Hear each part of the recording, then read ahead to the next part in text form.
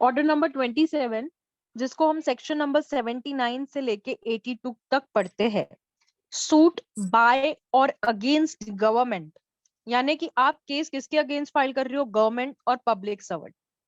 अब मैं आपको मेरा केस बताती हूँ। एक मिलिट्री ऑफिसर था।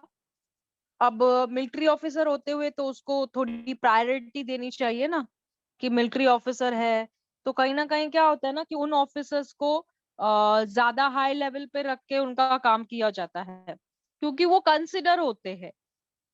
तो मेरे केस में क्या हुआ था ना, एक मिलिट्री ऑफिसर ने एक केस किया था, तो उसका केस था उसकी प्रॉपर्टी के ऊपर, कि मैं एक मिलिट्री ऑफिसर हूँ, मैं यहाँ पे रहता नहीं हूँ। तो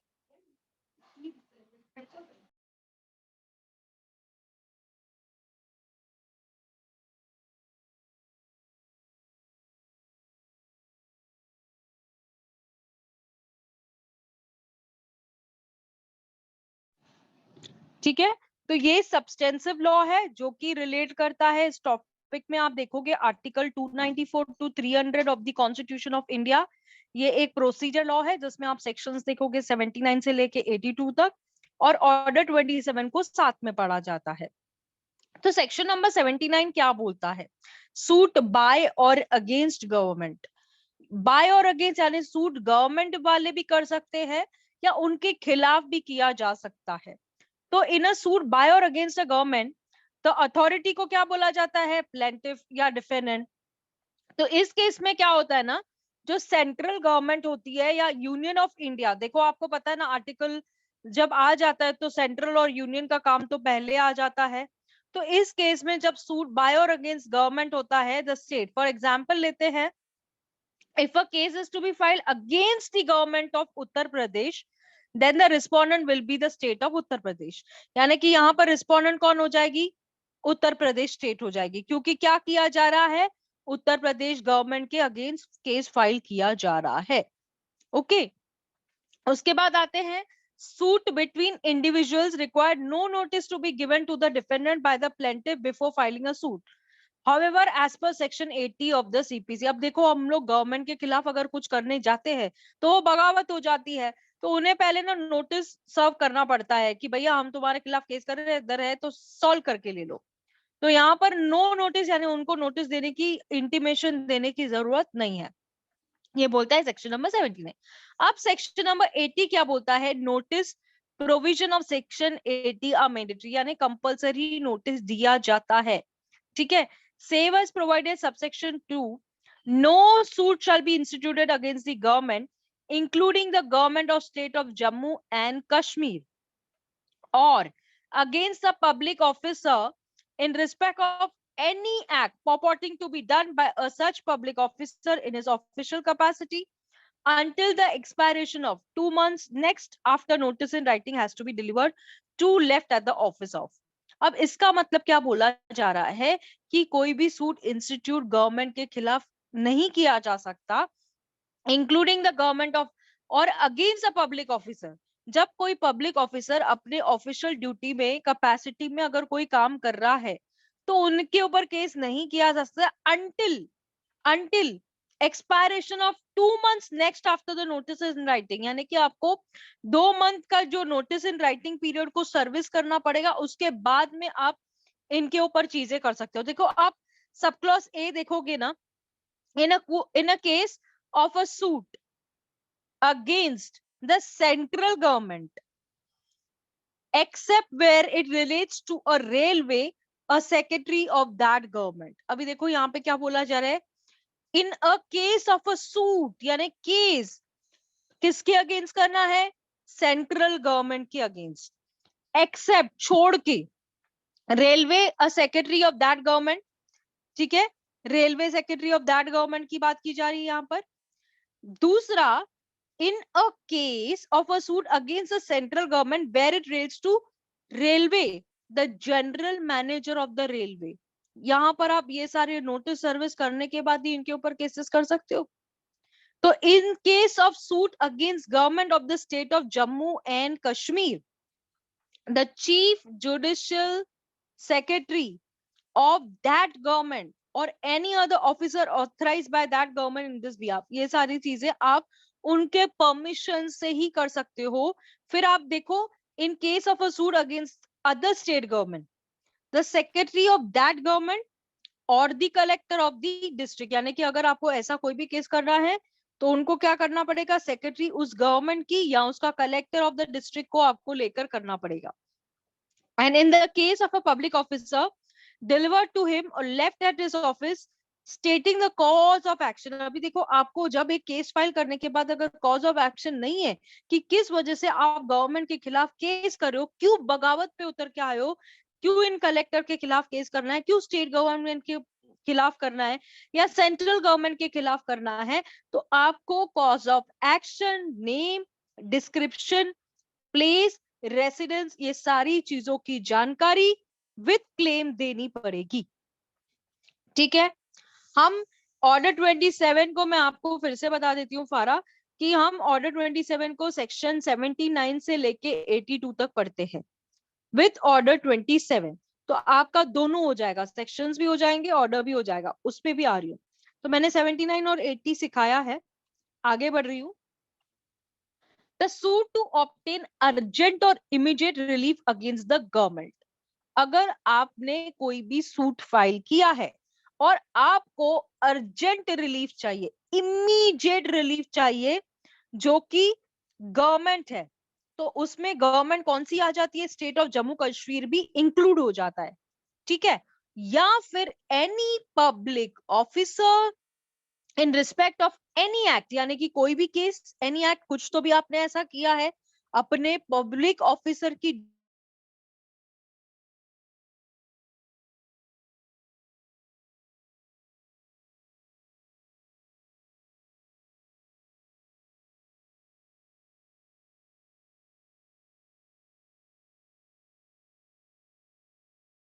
तक आपको कोर्ट कोई भी रिलीफ ग्रांट नहीं करेगी, एक्सेप्ट गिविंग गवर्नमेंट और पब्लिक ऑफिसर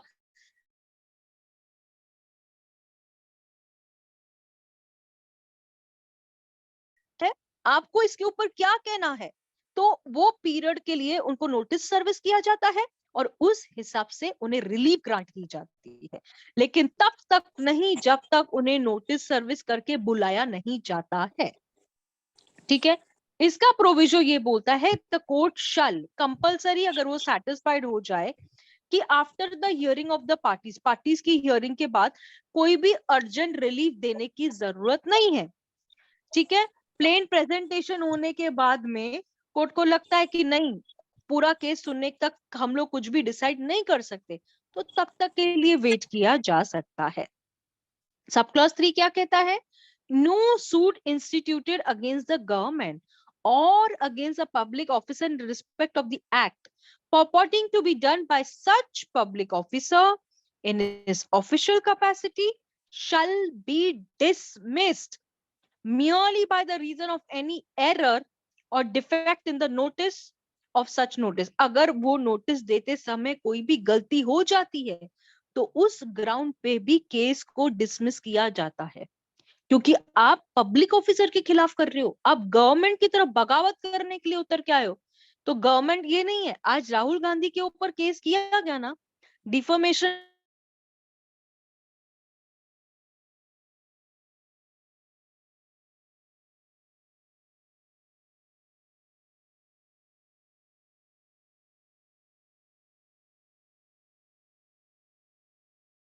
अथॉरिटी होनी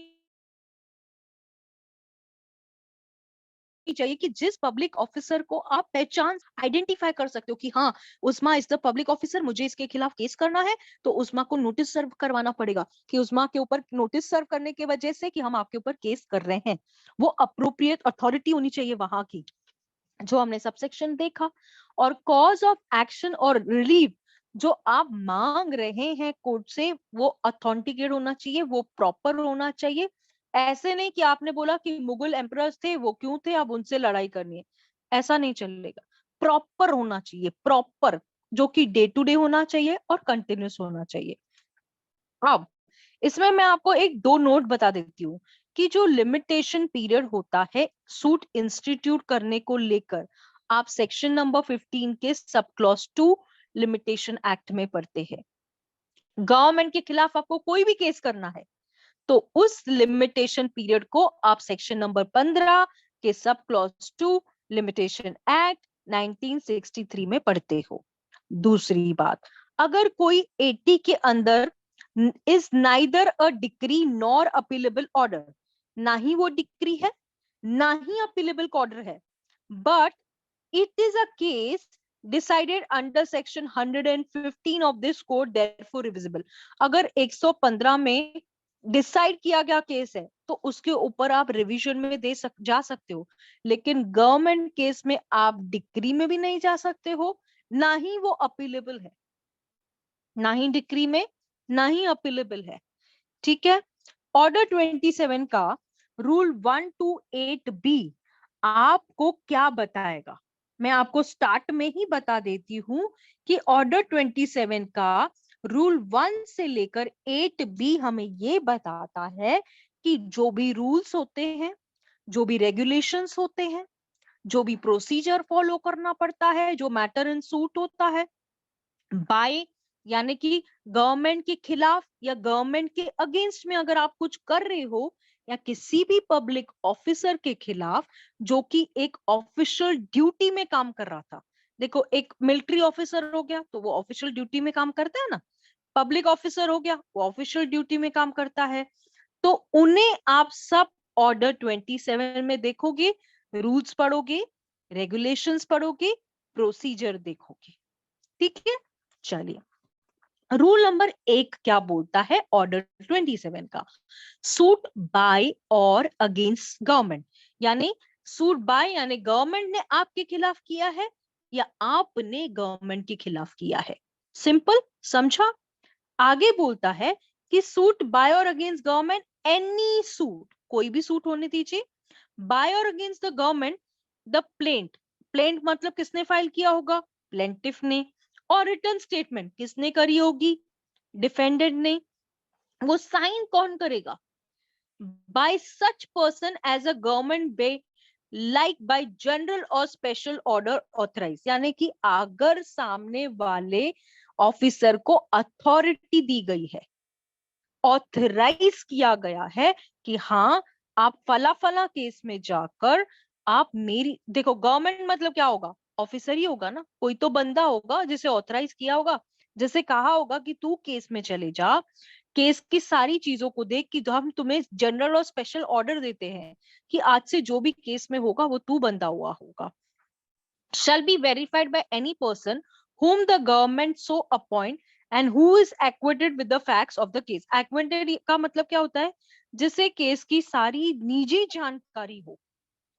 who is acquainted with the facts of the case, जिसको पूरे केस की निजी जानकारी हुए, उसे कहा जाता है यहाँ।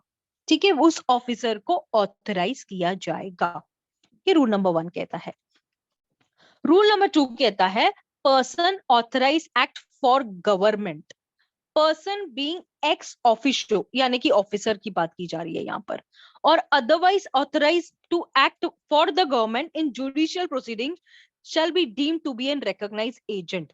अब गवर्नमेंट तो खुद खड़ी नहीं हो जाएगी, राहुल तो आएगा नहीं, तो उसको भी तो कोई ना कोई होगा ना जो उसको, आपने देखा होगा जब स्पीच देता है तो भाषण को कैसे वो लोग बोलते हैं कि ये बोलने की कोशिश कर रहा है, तो उसका भी तो कोई एजेंट होगा जो उसको ऑथराइज करेगा कि भाई तू मेरे जगह पे जाके जो काम करना है कर। ये जुडिशियल प्रोसीडिंग्स का काम है। जैसे आप किसी को पावर ऑफ अटॉर्नी देते हो कि भाई मैं तो कोर्ट नहीं आ सकता हूँ, मैंने तेरे को पावर दिया है, जो भी केस में होगा आज से तू देख लेना, तो उसी को रिकॉग्नाइज एजेंट तो कहा जाता है। Rule number 3, plaint in suit by or against government, in the suit by or against the government, instead of inserting in the plaint the name and description of the place of residence of the plaintiff or defendant, it shall be sufficient to insert the appropriate name as provided in section number 79। जो हमने section number 79 में देखा कि उन्हें उतना ही जानकारी देने की जरूरत है जितना की रिक्वायरमेंट है, ज्यादा नहीं करने का है, क्योंकि ये गवर्नमेंट के खिलाफ है या गवर्नमेंट कर रही है। Rule number 4, agent for government to receive a process, the government pleader in any court shall be the agent of the government for the purpose of receiving process against the government issued by this। अरे देखो यार, simple सी बात है, government प्लीडर्स हमको नहीं मालूम है कौन होते हैं? ऑफ कोर्स जो प्लीडर्स होते हैं, जिसे हम क्या कहते हैं, पब्लिक प्रोसिक्यूटर, जो गवर्नमेंट के लिए भी काम करते हैं, गवर्नमेंट प्लीडर्स ही तो होते हैं। तो उन्हें एजेंट बनाकर जो भी गवर्नमेंट की चीजों में होता है उसे कहा जाता है कि तू देख ले अब। ठीक है। रूल नंबर 5 कहता है fixing the day of appearance on behalf of government. Court fix करेगी कि टाइम, उस टाइम पर कि तुम आ जाओ। देखो वो ऑफिसर फ्री की तो नहीं बैठा हुआ है, मिलिट्री छोड़ के, वो लड़ाई छोड़ के यहाँ पे आके ये तो नहीं करेगा ना। तो उनको एग्रीगेट टाइम भी एक्सटेंड करके दिया जाता है, लेकिन 2 महीने से ज्यादा का नहीं। वैसे देखो, आपको टाइम मिलता है 90 दिन का रिटर्न स्टेटमेंट फाइंड करने के लिए, लेकिन इसको एग्रीगेट टाइम भी दिया जाता है, यानी इनको तो टाइम बढ़ा के भी मिल के जाता है, क्योंकि ये गवर्नमेंट ऑफिसर्स है तो इनका उतना चलता है, क्योंकि ये लोग फर्स्ट क्लास ऑफिसर्स है, इनका रैंकिंग है, तो उस हिसाब से इन्हें टाइम की भी एक्सटेंशन दी जा सकती है, लेकिन केवल कितना बोला गया है, शल नॉट एक्सीड 2 महीने से ज्यादा। ये आपको एग्रीगेट दिया जाता है, जैसे कि हम लोग क्या होता है, आप फेल होते हो तो एग्रीगेट में कवर करते हो ना, तो ये फेल होने की बात है और एग्रीगेट में कवर होने की बात है। 5A बोलता है government to be joint as a party in a suit against a public officer where a suit is instituted against the public officer. यानी कि ऐसा केस किया गया है जो पब्लिक ऑफिसर के खिलाफ किया गया है, किस चीज के लिए, डैमेजेस के लिए, यानी पैसा वसूली के लिए हो सकता है, या उसने जो नुकसान किया है उनकी भरपाई का हो सकता है, या कोई और रिलीफ। तो उस चीज में क्या होगा, गवर्नमेंट को ज्वाइन किया जाएगा पार्टी इन द सूट। क्योंकि देखो लोगो किसका रहेगा, अभी देखो एडवोकेट विक्की, तो लोगो है ना आपका, एडवोकेट विक्की कुमार, तो वसूल किससे किया जाएगा? आप तो काम करते हो खाली गवर्नमेंट के लिए, तो गवर्नमेंट का नाम डाल के उधर प्लस विक्की का नाम डालेंगे पब्लिक ऑफिसर के अंदर और उससे वसूली की जाएगी। ठीक है। रूल 5B बोलता है it imposes a duty of the court that the court should try to assist the parties arriving to the settlement। अभी देखो क्या होता है ना, पब्लिक ऑफिसर भी डर जाता है, सेटल करने की कोशिश करता है, क्योंकि उसकी गुडविल खराब हो जाएगी, लोग उसको काम नहीं देंगे, गवर्नमेंट ऑफिसर है उसको बाहर निकाल के फेंका जाएगा, उसकी भी तो इज्जत है ना। जिधर इज्जत ही खत्म हो जाए तो वो ऑफिसर ऑफिसर ही नहीं रहेगा, इसलिए वो सेटलमेंट करने की कोशिश करते हैं। तो ऐसा नहीं है कि गवर्नमेंट के जो सूट्स होते हैं वो सेटल नहीं होते, वो भी सेटल होते हैं, वो भी कॉम्प्रोमाइज होते हैं। ठीक है। तो रूल नंबर 7 कहता है where the public servant is a defendant he should be given extra time to approach the government. अगर कोई पब्लिक सर्वेंट है और वो प्रतिवादी है, तो उसे एक्स्ट्रा टाइम दिया जाएगा कि तू ठीक है गवर्नमेंट को अप्रोच कर और बाद में आ जा, जो भी केस में है खत्म करते हैं। रूल नंबर 8 ये कहता है कि no security will be taken from the government और अ पब्लिक ऑफिसर। अभी जैसे हम लोग वादी से कैसे सिक्योरिटी लेते हैं कि कल को तू देश छोड़ के भाग गया तो हम तुझे कहां से ढूंढेंगे, लेकिन यहाँ पे गवर्नमेंट ऑफिसर या पब्लिक ऑफिसर से सिक्योरिटी नहीं ली जाती है, उन्हें कंसिडर किया जाता है, क्योंकि खुद भी तो ऑफिसर है कोर्ट के, जो जुडिशियल ऑफिसर्स बैठे हुए हैं। ठीक है। सेक्शन नंबर 81 बोलता है exemption from arrest and personal appearance. अब ये जो ऑफिसर्स होते हैं उन्हें एग्जेम्प्ट किया जाता है, उन्हें छोड़ा जाता है, कि ना ही आप उन्हें अरेस्ट कर सकते हो और ना ही जबरन उसे कह सकते हो कि जबरदस्ती, नहीं कोर्ट आना ही पड़ेगा, नहीं नहीं कोर्ट आना ही पड़ेगा। वो लोग ऑफिसर्स हैं तो उन्हें मजबूर नहीं किया जा सकता कि आप कोर्ट आओ। तो जब कोई प्रतिवादी shall not liable to be arrest nor is property of, जैसे देखो एग्जीक्यूशन होती है कैसे लोगों की प्रॉपर्टी अटैच होती है, लेकिन अगर यहाँ पे प्रतिवादी कोई ऑफिसर है तो ना ही उसको अरेस्ट किया जा रहा है, ना ही उसकी प्रॉपर्टी को अटैच किया जा रहा है, इवन आफ्टर एग्जीक्यूशन, यानी एग्जीक्यूशन होते हुए भी इनको देखो कैसे माफ किया जा रहा है, इनको माफी है, ना ही उन्हें अरेस्ट किया जाएगा, ना ही उनकी प्रॉपर्टी को अटैच किया जाएगा। ठीक है। Where the court is satisfied that the defendant cannot absent himself from his duty without detriment to the public, it shall accept। अभी देखो पब्लिक ऑफिसर्स होते हैं तो अपनी ड्यूटी छोड़ के थोड़ी ना वो कोर्ट में बैठे रहेंगे, तो कोर्ट उनको क्या बोलती है कि एक्स्ट्रा उनको ये देती है कि ठीक है तुम मत आओ कोर्ट में, तुम्हारा प्लीडर को भेज देना, हम देख लेंगे, तुमको आने की जरूरत नहीं है। यहाँ पे नोट देखो क्या बोलता है कि a council from the state need not file a vakalatnama reasonable time should be granted to the government for filing. अभी देखो, अगर हम जैसे लोग किधर भी गलत हो जाते हैं, वकालतनामा फाइल नहीं किया, हमारा केस नहीं रुकता, WS टाइम पे नहीं फाइल किया, नो WS का ऑर्डर हो जाता है, हमें बाहर का रास्ता दिखाया दिया जाता है। लेकिन देखो, गवर्नमेंट का कोई आता है तो कैसे उसको टाइम भी एक्सटेंड करके दिया जा रहा है, यानी कि 90 दिन से होंगे, 2 महीने और ले लो, आराम से आ जाओ, तुम्हारा ही कोर्ट है। कैसे, देखो कैसे इनको ये किया जा रहा है। तो सेक्शन नंबर 82 बोलता है एग्जीक्यूशन ऑफ अ डिक्री। अब हमने तो देखा है सब चीजें रुक सकती है, लेकिन मैम एग्जीक्यूशन, हाँ 90 दिन के बाद 2 महीने और। हाँ, और 2 महीने प्लस ठीक है। 2 महीने, मतलब +60 करो अभी आप, 90 + 60। तो मैम ठीक डायरेक्ट क्यों है, नहीं बोल सकते हैं? नहीं ये डायरेक्ट, वो 90 दिन भी कर सकते हैं ना, वो 100 दिन में भी कर सकते हैं, वो 110 में भी कर सकते हैं, वो उस 102 में भी कर सकते हैं। तो डायरेक्ट नहीं, उनको 2 महीने का एक्स्ट्रा टाइम मिला है कि आप 90 दिन तो ठीक है, और 2 महीने देते हैं, आप आराम से आइए, आपकी ही कोर्ट है, हम आप ही के सर्विस के लिए बैठे हैं। ठीक यानी है, मैम मिनिमम बेशरम लोग। 90 दिन नहीं?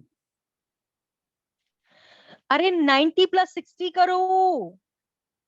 मैम तो मिनिमम 3 मंथ हो जाएंगे, अब मैक्सिमम 5 मंथ। 90 + 60, 90 तो मिनिमम नॉर्मली और है ही, 16 को में। 90 तो है ही है, +16 को बोला गया कि और 2 महीने हम आपको टाइम देते हैं, आप WS फाइल करो आराम से।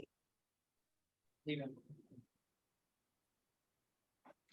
Section number 82, execution of decree. A decree against the government or a public official shall not be executed unless it remains unsatisfied for a period of 3 months from the date of execution. अभी देखो, हमारी decree रहे, हम जैसे common लोग हैं जिनकी औकात ही नहीं है, ठीक है, हमारे खिलाफ डिक्री हो तो दरवाजे पे पुलिस वाले खड़े हो जाते हैं, हाँ, सामान निकाल के बाहर फेंकना चालू करते हैं, हमको घर से निकाल के फेंक देते हैं। लेकिन ये गवर्नमेंट के खिलाफ है, तो उन्हें उस डिक्री को भी लेकर 3 महीने टाइम दिया जाता है कि तू और जमा कर पैसा कहीं से भी, तो हमको दे दे, हम तेरी एग्जीक्यूशन रुका देते हैं। ऐसे किया जा रहा है, वरना हमारी एग्जीक्यूशन हो तो हमें तो कुत्ते के जैसे फेंका जाता है बाहर, चलो इधर से, चलो। और यही गवर्नमेंट ऑफिसर्स है, तो उन्हें कैसे एक प्रायोरिटी लेवल पे कि आप आराम से बेटा 3 महीने और टाइम ले लीजिए, हम आपको और टाइम देंगे from the date of execution of period 3 months from the date of decree. यानी वैसे हम अर्जेंटली करते हैं, जैसे आपने देखा ना कि सीधा सीधा कोर्ट से कहते हैं, ओरल एप्लीकेशन दिया था हमने ऑर्डर 21 में, याद है कि कोर्ट से वो सीधा कहता है कि सर इसको अरेस्ट करो।